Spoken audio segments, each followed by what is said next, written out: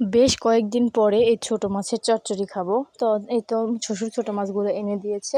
তো এখানে অনেক ছোট আছে আর কিছু মাঝারি সাইজের মাছ আছে।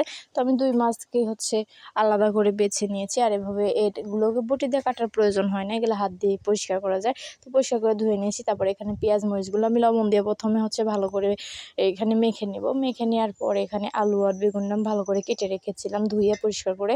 তারপরে এগুলো কড়ার মধ্যে দিয়ে দিয়েছি। তারপরে মাছ বড়ি করে ছোটোটার মধ্যে দিলাম, মনে হলো যে হবে। তারপরে বড়টার মধ্যে দিয়ে দিয়েছি। তো এখানে সমস্ত মশলা দিয়ে দিয়েছি, হলুদ, ধনিয়া, লবণ, তেল, নুন সব দিয়ে দিয়েছি।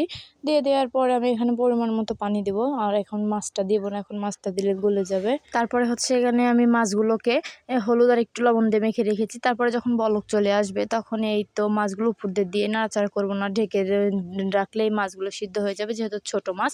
তারপরে তো নাড়াচাড়া করে নামিয়ে নিয়েছি। দেখুন আমার চচ্চড়িটা রেডি হয়ে গেছে। তো কার কার ছোট মাছ পছন্দ অবশ্যই জানাবেন। আর এই খাবারটা অনেক টেস্টি ছিল।